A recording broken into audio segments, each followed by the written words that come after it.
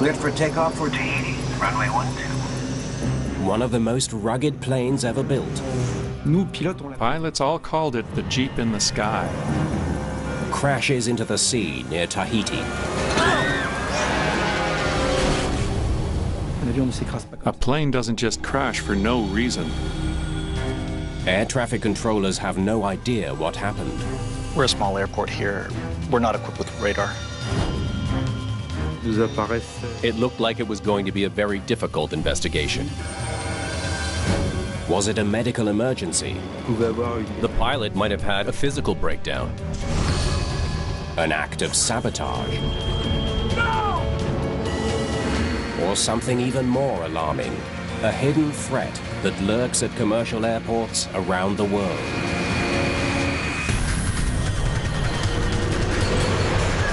Mayday.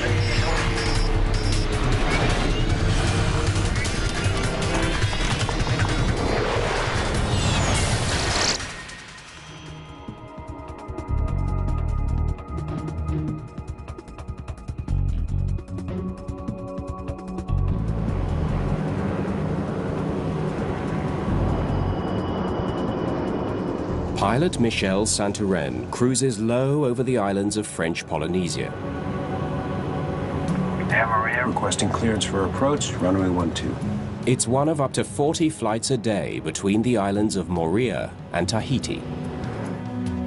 Air Moorea, you were clear for final, runway 12. It's a route Eric Lamar knows well.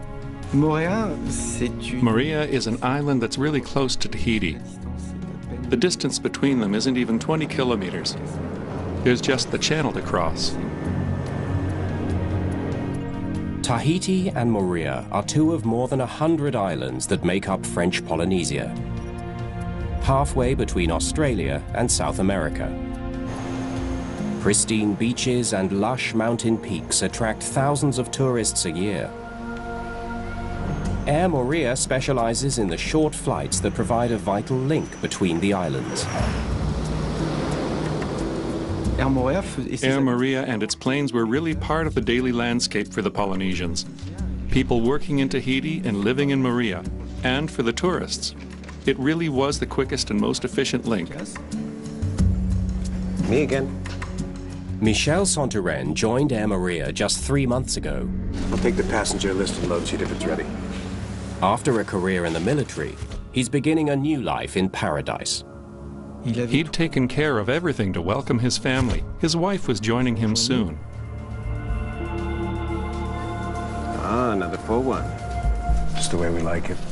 Santoren flies these short hops on his own, with no co-pilot or cabin crew to help out. Okay, time to fly. No time to waste in paradise. Every 30 minutes, he needs to be ready for another takeoff. The captain would quickly check the plane to see if there was anything alarming, a deflated tire, anything that might call their attention. The twin Otter turboprop is a rugged 19-passenger aircraft built in Canada. In fact, we pilots all called it the Jeep in the sky.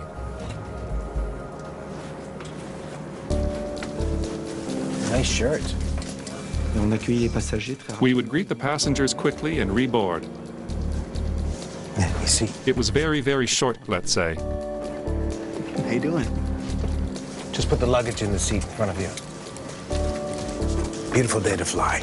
After less than 15 minutes on the ground, Santoren is ready to go again. Tower, we're ready to taxi. Air Moorea, you are cleared for takeoff, runway 12. Cleared for takeoff for Tahiti, runway 12. The twin Otter has little automation. Santoren flies this plane by hand. The majority of modern commercial planes are loaded with help for the pilots. Electronics, screens. But on this type of plane, you have the pleasure of handling the plane and fully controlling it.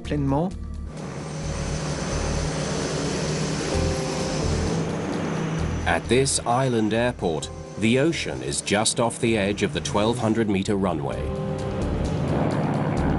When we fly over there, it's magical. Blue lagoons, magnificent islands, the greenery, the mix of colors. It's certainly paradise. Vacationers get to watch the regular takeoffs and landings.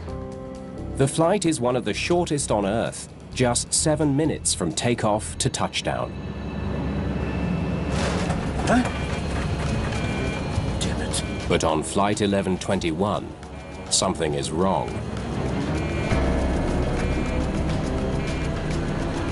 The Twin Otter is losing altitude fast. It falls into a steep dive. Less than 2 minutes after takeoff, Flight 1121 crashes into the Pacific.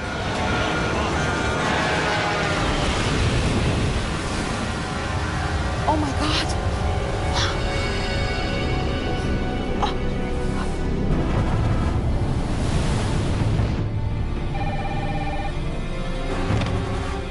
The tower is told what people have seen. Is it floating or has it gone under? Local fishermen rush to help, but they find no survivors, only bodies. All 20 people on the flight are dead. On a fait ce qu'on a pu, mais en fait, il n'y avait pas de survivants, quoi. Il y avait personne. Personne de vivant. I will always remember. It was terrible because we were still hoping that despite what happened, people would come out alive, or at least a couple.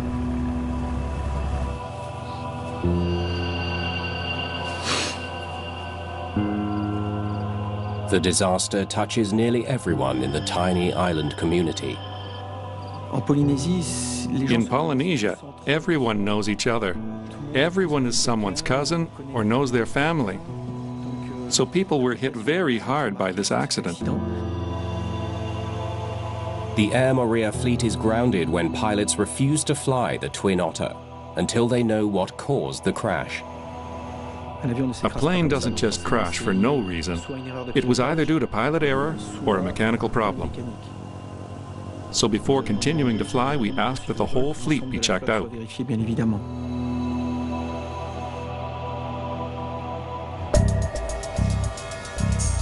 Bonjour. Because Moorea is a French territory, a team from France's Accident Investigation Bureau, the BEA, is sent from Paris. It's their job to figure out what went wrong. Tell me there's more. Alain Bouillard leads the investigation. Le Twin Otter est un avion extrêmement robuste. The Twin Otter was an extremely robust plane, and it was used in all the difficult places where other planes can't normally take off and land. C'était quelque chose qui nous a interpellés. That made us wonder, what could have happened to this plane that would have made it hit the water? La surface de la mer. Investigators usually rely on clues from the wreckage. This tells us nothing. But most of this plane is at the bottom of the ocean. Bouillard will have little to go on unless he can get vital pieces back on dry land. We are going to need a lot more wreckage than this. There's another reason to find the plane. Unlike large airliners, Twin Otters are not required to carry cockpit voice recorders, but Air Moorea installed one anyway. It could hold the answers investigators are looking for. We were hoping to get, in addition to the voice and the cockpit voice recorder, any kind of alarms that would sound. But recovering the CVR from the deep waters off the coast of Moorea will be a huge challenge. Way too deep to send on divers. The sea depth of this area was around 700 meters, so obviously you cannot send any diver. You need to send a remote control operated submarine.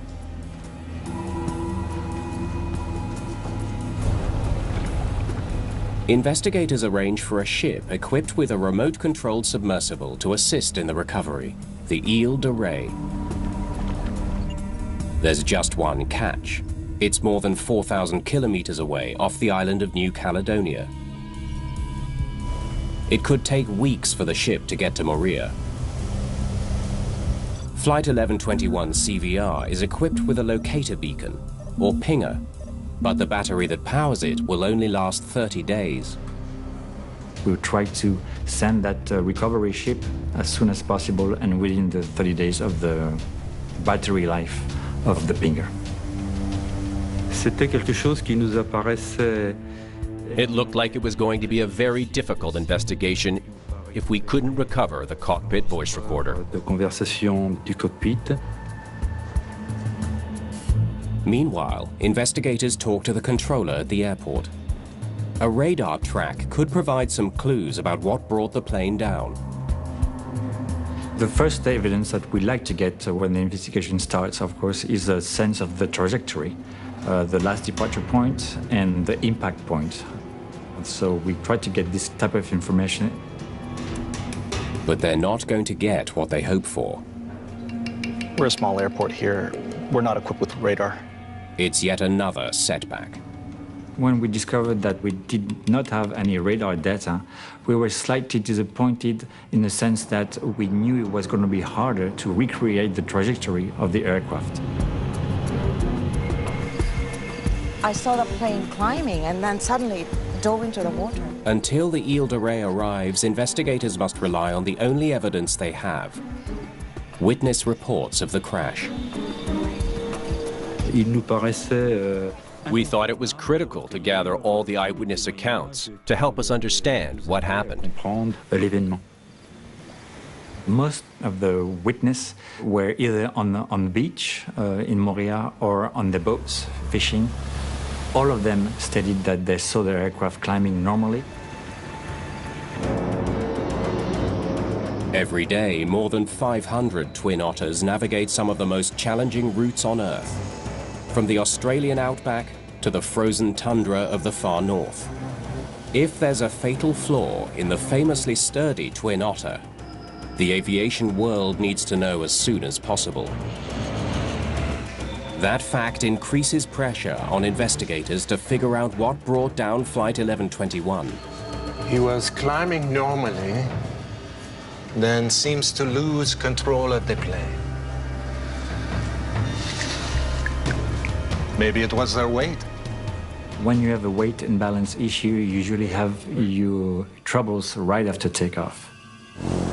Calculating the weight of cargo, passengers, and fuel correctly is critical on small commuter planes. Getting it wrong can be deadly, as a crash in the United States demonstrated in 2003. US Airways Express Flight 5481 departs from Charlotte, North Carolina. Just 30 seconds after takeoff, the pilots lose control of their Beechcraft 1900. The commuter plane plummets to the ground, hitting an airport hangar and killing all 21 people on board. Investigators discover the plane was dangerously overloaded, more than 250 kilograms over its maximum allowable takeoff weight. The crew used incorrect estimates for passenger and baggage weight. It's very important to know the weight of your aircraft before you take off. And therefore, we did investigate this issue very soon into the investigation. 19 passengers with fuel and cargo. The BEA team checks the load and balance sheets from the Air Moorea flight and finds no issues. We found out that everything was within the manufacturer's limits. They should have been fine.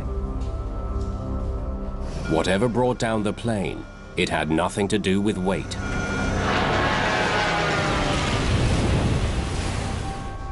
Until help arrives to search for the plane's sunken cockpit voice recorder, there is no more evidence to go on.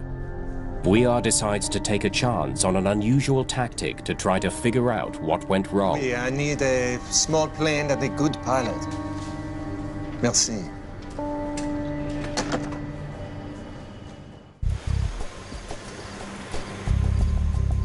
Above the island of Moorea, Alain Bouillard takes an unusual flight aboard a small commuter plane.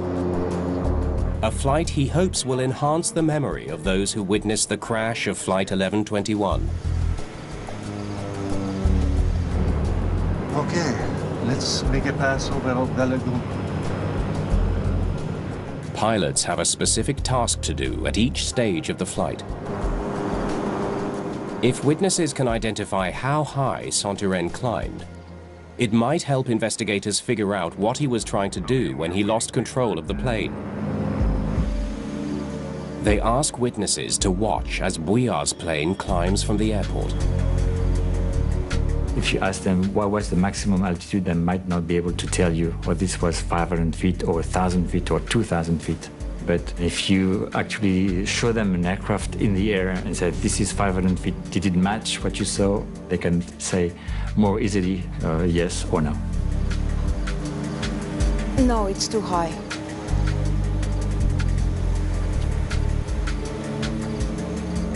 Okay, let's make one more pass, this time a little lower. We asked the witness to tell them which one of the recreated flights match the most what they remember from the day of the accident.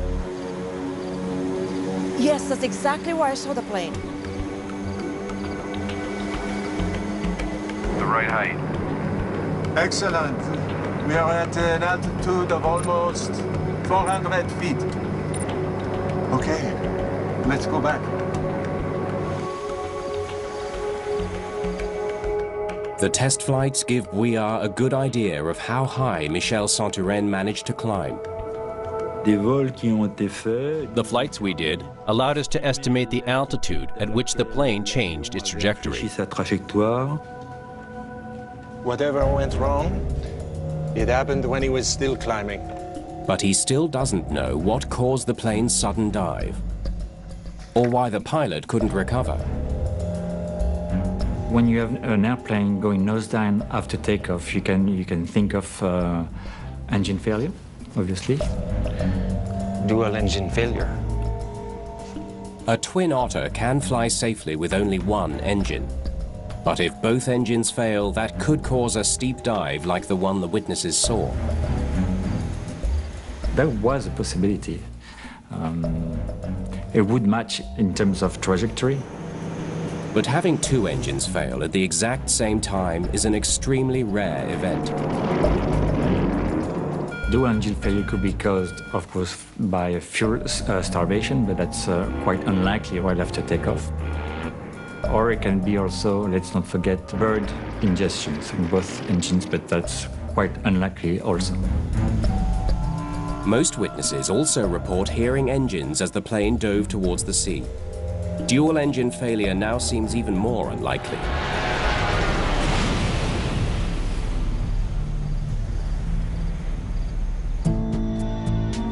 Sounds captured by the cockpit recorder could confirm if the engines were running. But until it's recovered, Bouillard only has the unusual flight path to go on.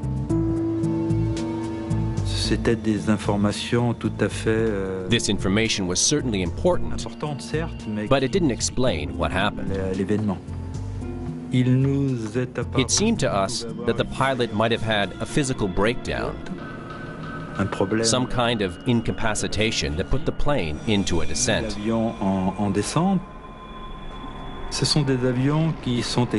These are planes that are flown by a single pilot. When a pilot is physically incapacitated, there's no one to take over control of the plane. If the pilot had been incapacitated and then would have just, leaned over on the flight controls, indeed, it would then match the trajectory of the aircraft. The captain's body has been recovered and sent for autopsy. The coroner has checked for any signs of a medical condition that might interfere with the captain's ability to fly. But when Bouillard reads the results, it wasn't a heart attack. He's back at square one. There was nothing to suggest that he had a health problem. We have regular medical checkups. He passed without any difficulty. We closed the door on pilot incapacitation as the cause of the accident. Bouillard must consider every possible cause for the crash. He explores a terrifying possibility. What about a deliberate act of sabotage? Did someone board the flight intending to commit murder? Intrusion into the cockpit, it's something that was plausible. Plausible. Bouillon knows that it's happened before. December the 7th, 1987. A disgruntled airline employee smuggles a handgun aboard Pacific Southwest Airlines Flight 1771. In mid-flight, he shoots his former boss, then rushes towards the cockpit, where he shoots a flight attendant and both pilots. He then forces the plane into a steep dive. There's no hope for any of the 43 people aboard. The small jet slams into a California hillside and disintegrates. I'm sorry, sir. You can't be in. What are you doing? If someone on Air Moorea Flight 1121 entered the cockpit and attacked the pilot, the sound of the struggle would be on the cockpit voice recorder. At this stage of the investigation, it was pretty obvious that we had to find the CVR.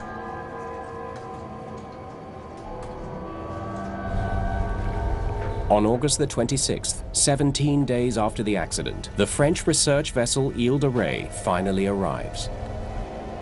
The team knows the approximate location of the wreckage, but ocean currents may have shifted the sunken debris. We had narrowed down the search zone to a circle of about 260 meters in diameter.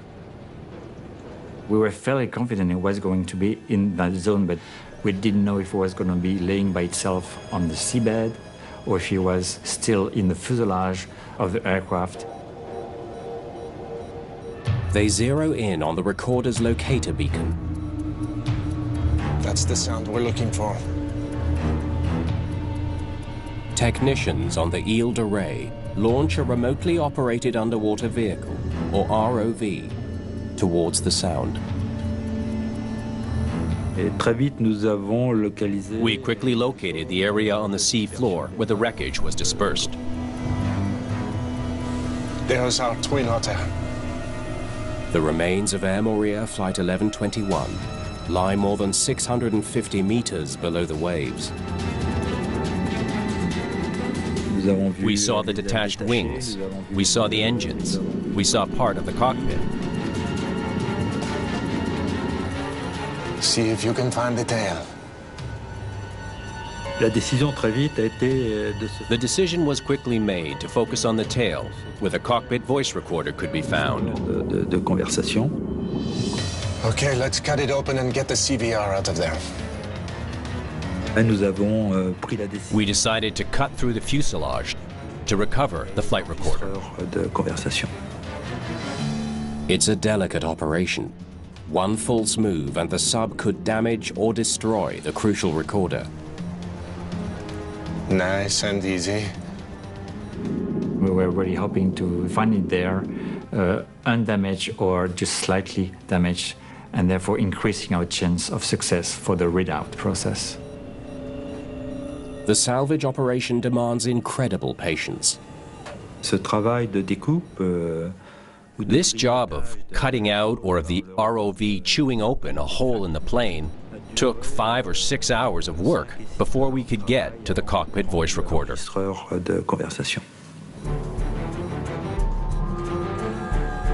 Finally, the team frees the CVR. We got it. Excellent work. We felt a great sigh of relief. So it was a sense of satisfaction and then also worries, because if you have the recorder, that's a very good thing, but then you have to have the data in it. So the next phase to organize was shipping the recorder back to the lab at the BEA for a readout as soon as possible.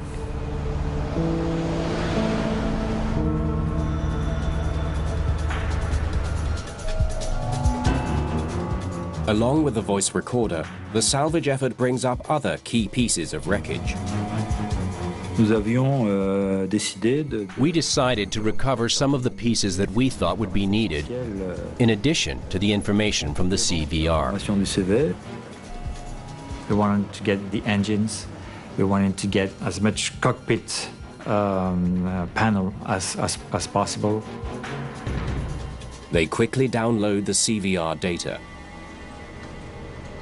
A lone pilot hardly speaks at all. Investigators must listen for other sounds that could provide leads.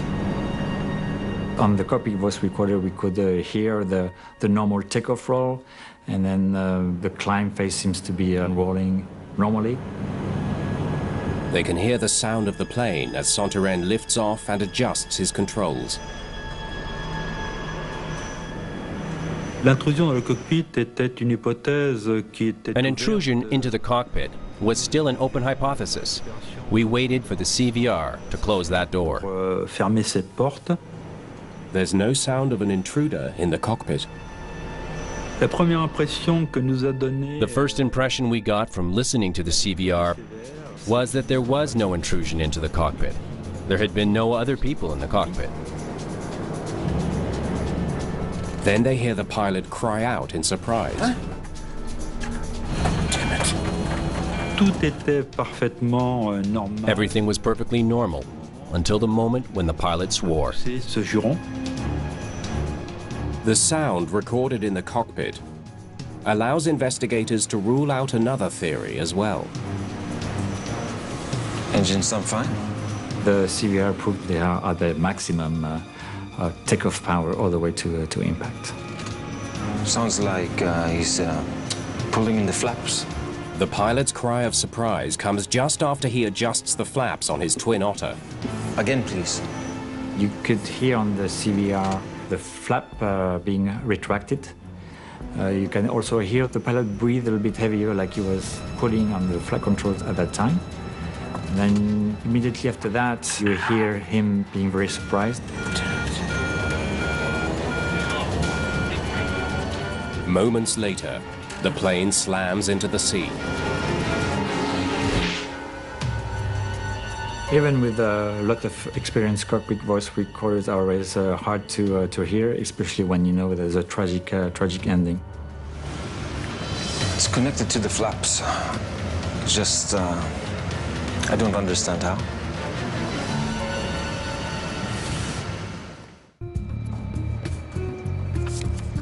Investigators learn that on flights to Tahiti, twin Otter pilots retract their flaps when they reach about 400 feet, the same altitude where Flight 1121 began to dive. They wonder if the flaps malfunctioned. Before takeoff, pilots routinely extend their wing flaps to increase lift while they climb. Pour les phases de croisière, once the plane approaches cruising altitude, extended flaps increase drag, so pilots must retract them when they approach cruising altitude. Investigators study the mechanism that operates the flaps. We did recover the flap actuator and we were able to analyze it. They find that it's in the correct position and shows no sign of any malfunction. Flaps are fine. The results of the examination showed that the flaps were retracted at impact. After weeks of work, Moorea still can't explain why Flight 1121 fell out of the sky. Now, let's take a good, close look at these cables. He focuses on the cables that operate crucial control surfaces in the tail of the plane. nous restait la possibilité d'une défaillance. We were left with the possibility of a mechanical breakdown or failure. The control surfaces in the tail of a twin Otter are activated by just 4 cables. 2 move the plane's rudder right and left, and 2 move the elevator up and down. All 4 were damaged in the crash. Moorea looks for anything that might tell him when and how they snapped. Aviation cables are made up of multiple strands of thin wire that are twisted and then braided together for extra strength. 3 cables have unraveled, clear indication that they were ripped apart suddenly on impact. And impact damage. But 1 cable looks different. Now this is interesting. This one did not snap on impact. 1 cable was broken in a different manner than the three other ones. So that was something that we had to investigate. 2 cables run to the elevator on the tail. One pulls it down to pitch the nose down. The other cable pulls it up to pitch the nose up. That's the one that broke before impact. If it snapped in flight, the plane would have been thrown into a severe dive. The failure of the pitch-up cable was consistent with the trajectory that was described by the eyewitnesses. Dove into the water. Finally, investigators understand why Michel Santurenne lost control of his twin Otter. An extremely rare mechanical failure that came without warning. It's a revelation that leads to a more urgent question. Okay, let's send these to Estelle in Paris and see what she thinks. They must now figure out why the cable snapped before it happens to someone else.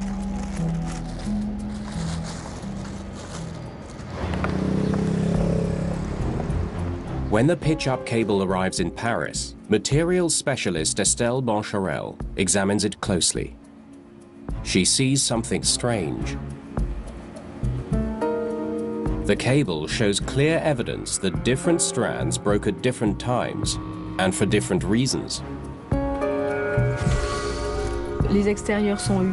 The external strands were worn and those on the inside were not.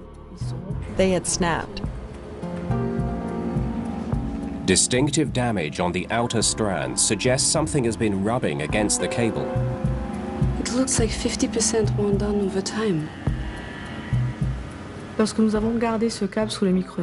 we looked at this cable under the microscope, we were able to see that every external strand showed these signs of wear, which added up to very substantial damage. The pitch-up cable runs from the control column in the cockpit to the elevator, passing through a series of plastic guides. Every time the pilot pulls the nose up, the cable rubs against the guides. Planes experience the most wear and tear during takeoff and landing. It's important for mechanics to monitor the number of flights to help assess wear. 48. Airline records provide a troubling clue. More than 50 flights here. Air Moorea, you were clear for... Air Moorea planes make frequent short hops and make many more takeoffs and landings than most large airliners. On average, it performed 50 to 70 takeoffs a day and landings too. The same plane. Investigators need to know how all that back and forth movement could have affected the pitch-up cable. They devise a test that replicates the friction on the cable. But there's another factor that must be taken into account. This is the only plane in the Air Moorea fleet with stainless steel cables. Now we found out that there was a different type of control cable used for this particular aircraft. The accident plane is a new addition to the Air Moorea fleet. The airline's other planes have control cables made of carbon steel. But Flight 1121's cables are made of stainless steel. Stainless steel withstands salt corrosion better than carbon steel. It would make sense to make the decision to use stainless steel so that your cables would corrode less in a very saline environment. Cables could be susceptible to corrosion more than if you would operate overland. But stainless steel cables also have a disadvantage. They wear down more quickly from friction, something Air Moorea failed to take into account when drawing up the maintenance schedule for the twin Otter that crashed. A stainless steel cable contains chrome, which makes it better at resisting corrosion. It also contains nickel, which can make it more sensitive to wear. Lab results confirmed that the frequent short flights helped wear away the outside of the stainless steel cable. The stainless steel is worn, just like on Air Moorea. The wear was the result of rubbing against parts of the plane. It could be a crucial discovery. One that finally explains why a critical control cable broke in flight. Investigators suspect friction weakened the cable so much that it snapped as Santoren was pulling his elevator up to climb. At first we thought that the cable broke because of the wear. That was our first impression, because the wear was significant.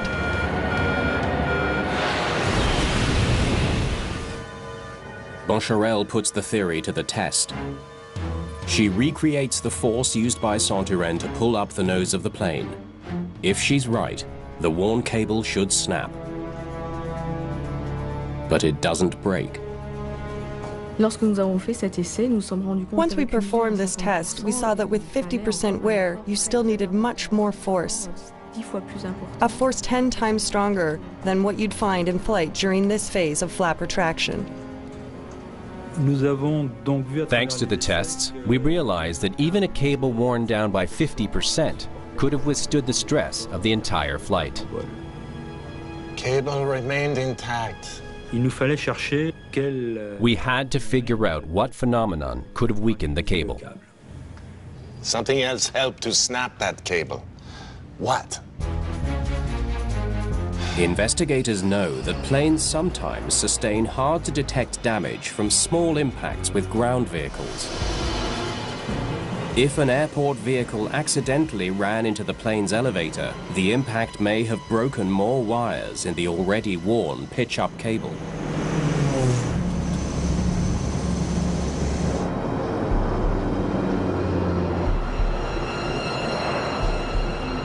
Bouillard checks the records at both airports on the Twin Otter's route, Moorea and the larger airport in Tahiti, where it parks overnight. Thank you. He needs to know if the plane was ever involved in an accident. Nothing. No impact reported. We didn't find any evidence of impact on the control surfaces, which eliminated the possibility of contact with another vehicle during overnight parking. It's another dead end. There seems to be no way to explain why a cable would snap in flight. Until Bouillard notices something on the taxiway at the busy Tahiti airport. Tell me, how close do those jets get to the Air Moorea planes? We targeted the phenomenon of the exhaust from a jet engine, a phenomenon called jet blast. Jet blast is the powerful exhaust expelled from jet engines. The hurricane force winds can reach speeds over 160 kilometers per hour. A plane at full power, a plane like an Airbus or like a Boeing, whose power can flip a plane a few dozen feet behind it. It's a phenomenal force.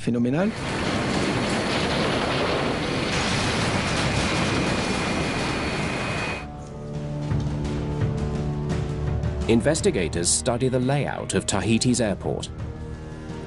They need to know if the Air Moorea planes could have been damaged by jet blast. Okay. The Air Moorea Twin Otters are parked here.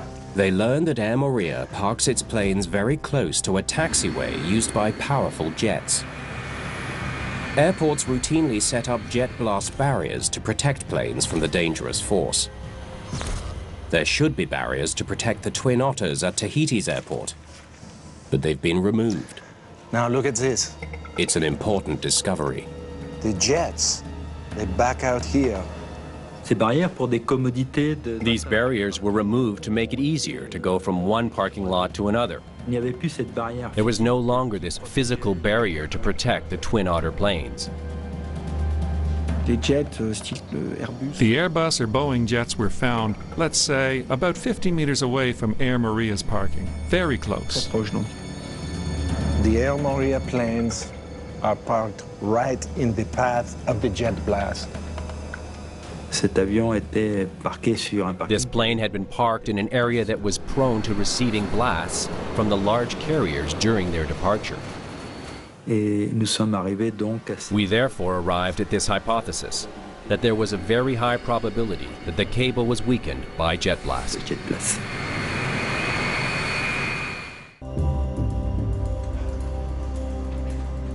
Alain Bouillard learns that Air Moorea's planes are especially vulnerable to jet blast because of an airline policy designed to prevent accidents.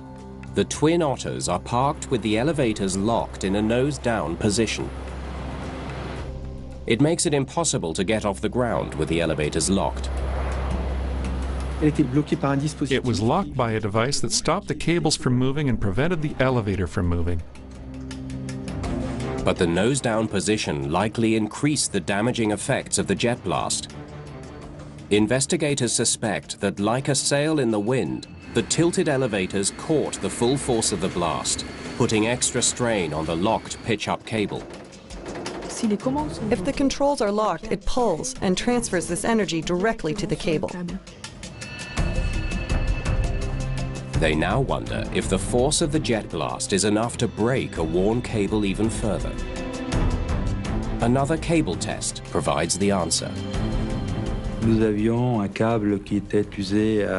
There was a cable worn down by 50%, a cable that was still able to resist a hefty amount of strain, and then a jet blast phenomenon left the cable so fragile that it only had 1 or 2 strands left intact. Rather than tearing the cable completely apart, the jet blast left a few strands of wire, just enough for Flight 1121 to take off, but not enough to survive the rigors of a 7-minute flight. They were hanging by a thread. If the jet blast had severed the cable completely, Captain Santoren would not have been able to get his plane off the ground. But once airborne, Captain Santoren and his 19 passengers are one thin strand of wire away from disaster. Investigators reproduce the forces created as the pilot adjusts his controls. Captain Santoren reaches 400 feet and retracts his flaps, causing his twin Otter to pitch down slightly. He adjusts his elevator to pitch back up. It's enough to snap the final strand of the worn and damaged cable. He didn't have a chance. We determined that the force needed to correct the pitch of the plane was strong enough to break the last strand. There was nothing the pilot could do to save his plane and his 19 passengers. You can imagine his reaction. What's going on? The cable broke. The control column came back, and by the time you analyze what happened, the plane drops very quickly, and a few seconds later, you've hit the Earth.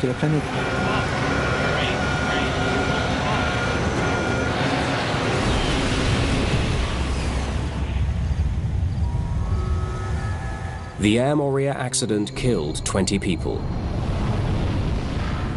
and forever changed the lives of the victims' families. Bouillard and his team leave French Polynesia, determined to make it safer to fly on twin Otters. The first recommendation was an urgent request to check the cables on all planes equipped with stainless steel cables. Today, there are tougher maintenance and inspection standards around the world for stainless steel control cables. The main lesson from this investigation, yes, is the risk of jet blast at airports. The Air Moorea disaster raised awareness throughout the industry of the vital safety role played by jet blast barriers, especially at airports that handle both large jets and small commuter planes. Eric Lemar hopes it will be enough to stop such an accident from happening again. I dare to hope. If not, what purpose did this accident serve? To have 19 passengers die and have the same thing happen again without learning anything? It would be a shame. C'est dommage. Meet passionate people and their unusual collections in a brand new Clash of the Collectors double bill. There can be only one winner. The judging starts tomorrow at 9.